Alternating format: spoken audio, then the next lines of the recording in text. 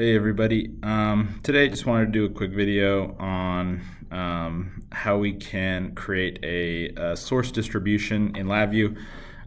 So for those of you who might not know what a source distribution is, it's kind of a mix of a couple different build types. So just like the name suggests, it's a way to distribute your source code. So you can, basically, build all of your source code to a directory where you can basically share it, export it. Similar to a zip file, but it's not actually zipping it. But one of the differences is that you can also include your compiled code in your VIs. And they were then compiled for a specific version. And then you're able to basically call those VIs in the runtime engine. So they're runtime capable. So that way I can use these VIs as like a plugin in an exe or something like that, where I can kind of dynamically call these. They're already compiled, so I don't need to, rebuild them all the time. I can basically just dynamically plug them in. So they're very similar to PPLs in that manner. There are major differences though between PPLs and source distributions. So source distributions, I'm going to be just having a whole ton of VIs that I've included in my source distribution that are already kind of pre-compiled. So there's nuances, right? PPLs, you run into less naming collisions and whatnot than you do with like source distributions, but you can accomplish similar stuff with either, whether you use source distribution or PPLs. I think PPLs are the far more common way to do this, but you can do it with either. So if we want to create a source distribution, I can go to New, and down here I can go to Source Distribution. So it'll take just a sec, and then we'll get a dialog to configure our source distribution. So first thing we have is this build specification name. So this is basically the name that's going to show up under build specs. So I'm just going to call this demo source. Next, we can specify where we want this build to go. So I'm just going to have it go to this builds directory. And I can also add a description as well. Next, I need to include my source files. So I can add however many VIs I want to always included. If I add, for example, JSON view is my top level. If I add this, it automatically includes any VIs that are statically linked inside of JSON view. So for example, all these different sub VIs are components to JSON view, so they're also automatically included, and I don't need to include them specifically. And if I want to, I can also exclude certain VIs as well. So I can include, whatever I want to include. So this will include it and anything that it calls, and I can add, multiple things here. And then if there's certain things that I just want to exclude, I can exclude those.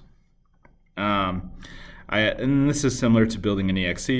I can kind of configure destinations, right? So where my build is going and how it's kind of structured, along with like support directory for things like DLLs that I'm calling. And by default, that's going to be a data folder relative to your build. So you can kind of change some settings, very similar to building an exe though.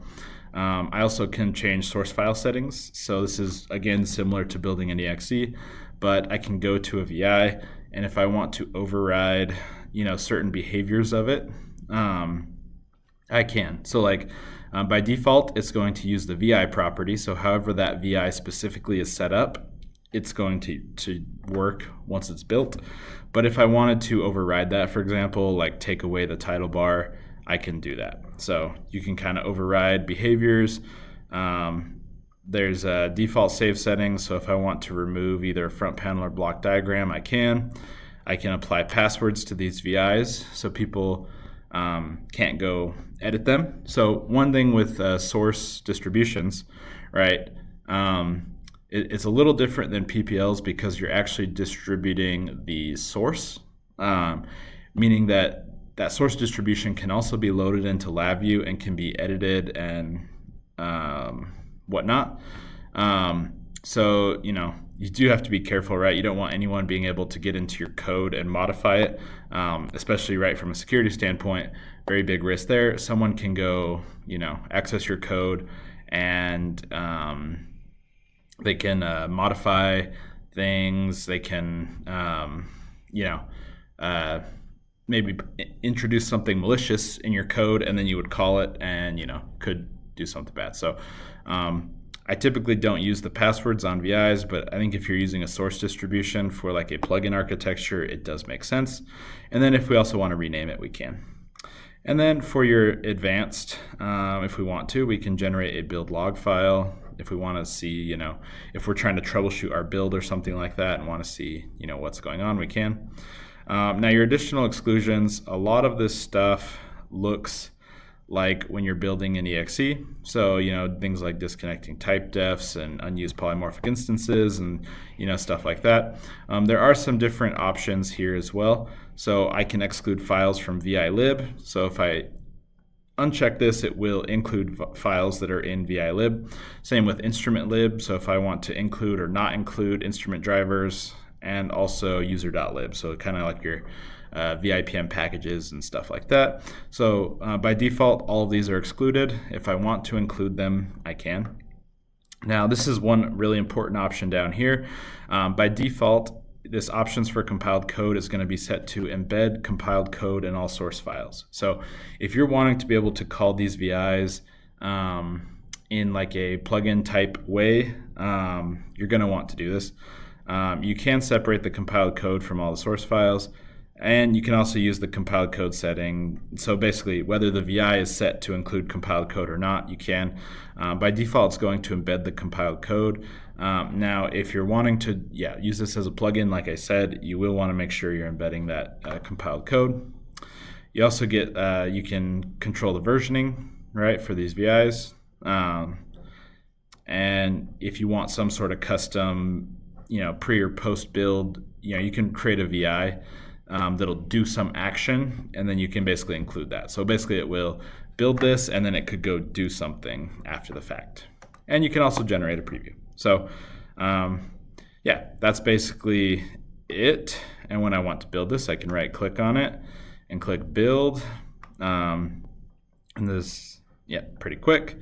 Let's go open this up. So in our builds, you can see we just have a whole bunch of VIs. So, it doesn't look really any different than my kind of project directory, right? If I go navigate into here, except it's kind of been flattened, right? So everything's just kind of in one place.